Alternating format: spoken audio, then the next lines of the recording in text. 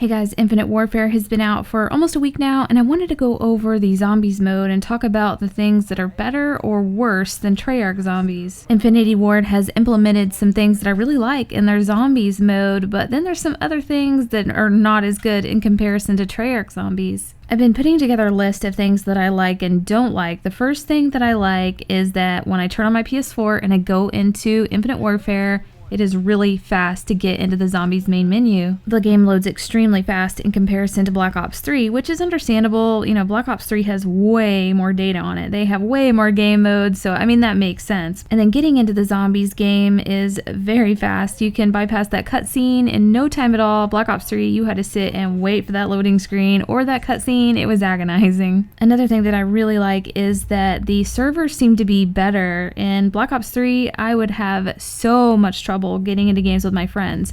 It would be about a 5 to 10 minute fight trying to get into their games or get them into mine. I would constantly get these sessions not available, and then I would have to restart the game, restart my PS4, and it was like that every single time. And the people that I played with had the same problem. Well, on Infinite Warfare, I've always been able to join my friends immediately, and they've been able to join me. I've played probably 30 games, and it's been great. It's a huge relief. One thing that's different from Treyarch Zombies is that when you go prone in front of a perk machine, you don't collect anything from it, and maybe they left it out because they thought it would be copying too much, but I wish they would have done something, so that's one thing I don't like. A noticeable change that Infinity Ward made is that you can be revived if you're bleeding out and in last stand and the round changes. Nobody has to revive you, just that changing of the round revives you, so that I really like. Another change that Infinity Ward made is how you join people. Normally with Treyarch, you had to, join in, spectate, wait for that player to end the round before you could jump into the game. But with Infinity Ward Zombies, you can join mid-round, which is amazing. And I know this works on custom games, but I haven't played public. I'm not sure about the rules there, but this is absolutely the most useful thing ever. Another thing that they changed that I really like is when you're playing by yourself and you pause the game, nobody can join you. On Treyarch Zombies, if somebody joined you, which they had the ability to join you,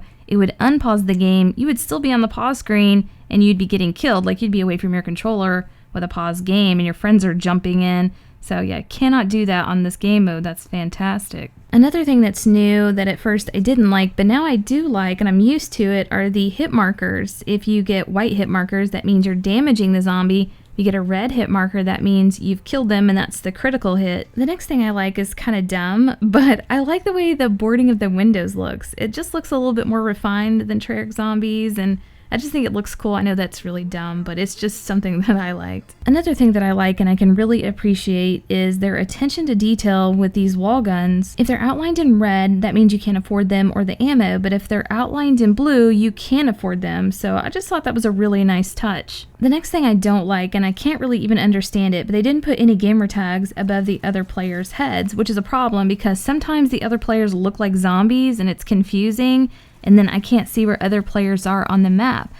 There's a player over here with me, but I have no idea where he's at, and I was gonna try to help and, defend him or keep him alive. I have no idea where the hell he's at. So that maybe is something they might change. One thing I don't like, and I'm not used to yet, is how strong the melee lunge pull is. If you go to melee a zombie, it will pull you toward that zombie really hard and you can't get away. This was the first time I experienced it in this game. I went to axe a zombie and it pulled me into the horde and I got clobbered. So I am not used to the mechanics of that yet, and I completely avoid melee because of that reason. There could also be some major glitches that are going to happen because that melee is so strong. People are going to end up launching up or out of the map or getting killed. It could also make some really great glitches, who knows, but yeah.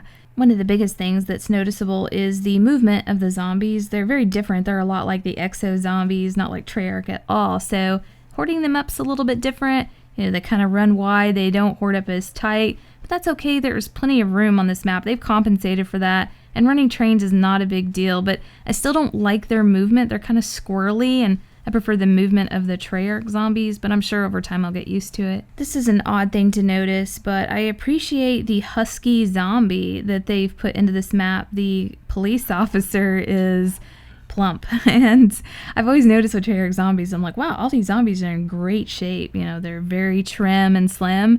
I was like, where are the fat zombies? So we finally got one, and I do appreciate that. I think it's hilarious. The next thing is really wild. There is this camo called Digital Onyx, and if you put it on your gun, you cannot see anything. It is completely blinding for you and the other players. I think there's another one that does that as well, but Slick had messaged Infinity Ward to let them know, and they actually responded and said that they're going to be fixing it, so that's amazing. That's so cool they responded like that. The next thing I absolutely cannot stand is how creepy fast these crawlers can crawl. It's absurd, and it's even pointless to even make crawlers. They're like so fast. They're faster than the regular zombies. It's ridiculous. So it's like, how are we supposed to play these arcade games, especially if you're on solo? Like, I don't see how that is going to happen. So I don't like the speed of these crawlers. It's ridiculous. You cannot save a crawler anymore. I had made a post on Twitter asking you guys what you liked and didn't like, and Christian De Jesus responded. He says it's a bit lacking in the quotes department, and that's what made Treyarch's characters so lovable, were their quotes. And I totally agree with that. And Dempsey said that he had upgraded his Glock with the elemental fire and a machine gun with the dead wire type of upgrade, and it doesn't do any damage at all. I got another response from Ryan agreeing that the elemental upgrades are pretty weak, and I noticed that too. I had the fire elemental and it was just garbage. It's nothing like Treyarch's, blast furnace or dead wire. We got really spoiled with those. But Infinite Warfare, yeah, I don't even bother getting them. The last thing that's not great in comparison to Treyarch Zombies is that there was no ending cutscene. It would have been cool to see something, a continuation of the cartoon that we saw in the beginning, but we got nothing. Well, we haven't gotten anything so far. So that's how it compares for me against Treyarch Zombies, but I hope you guys enjoyed this, and we'll see you next video.